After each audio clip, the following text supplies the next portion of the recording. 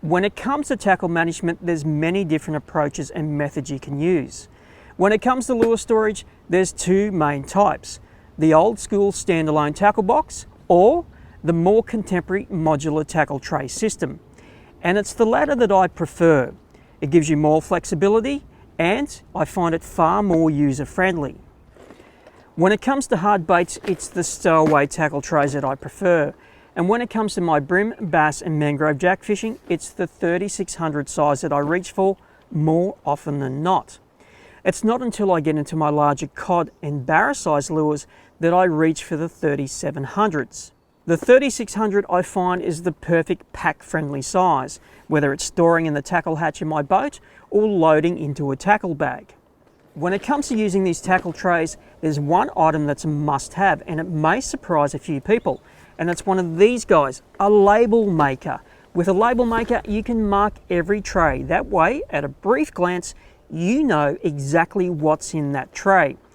Another thing I like to do is color code them. All my bass trays have blue labels, brim have red, and the mangrove jack had green.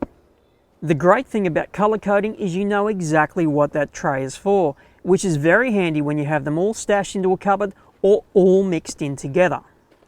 Storing soft plastics can also have its challenges. Some people like to take them out of their packets and store them in containers like this.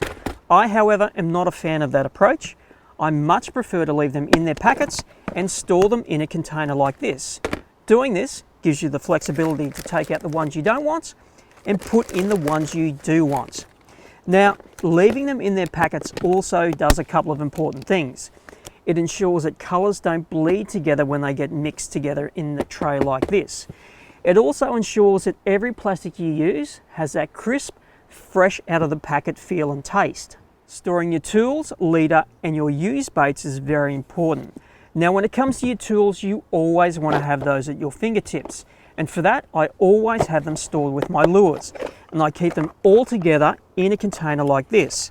And here I have braid scissors, pliers, multiple pair, both to get the hooks out of the fish and also split ring pliers, and I also have a few spare spools. Swapping lures throughout the day is something that we all tend to do. The question is, what do you do with those lures that you cut off? Well, you certainly don't just throw them in your tackle bag, and you definitely don't let them roll around on the floor of your boat. So what do? Well, you cut them off and you keep them all in here together. At the end of the day, when you get home and you wash your boat, your rods and reels, you also wash your lures. You then hang them out to dry, and once they're dry, you put them back where they belong in their tackle tray. So there we are, a few tips and tricks that'll help you with your lure and tackle storage, and hopefully will help you avoid those tackle storage blues.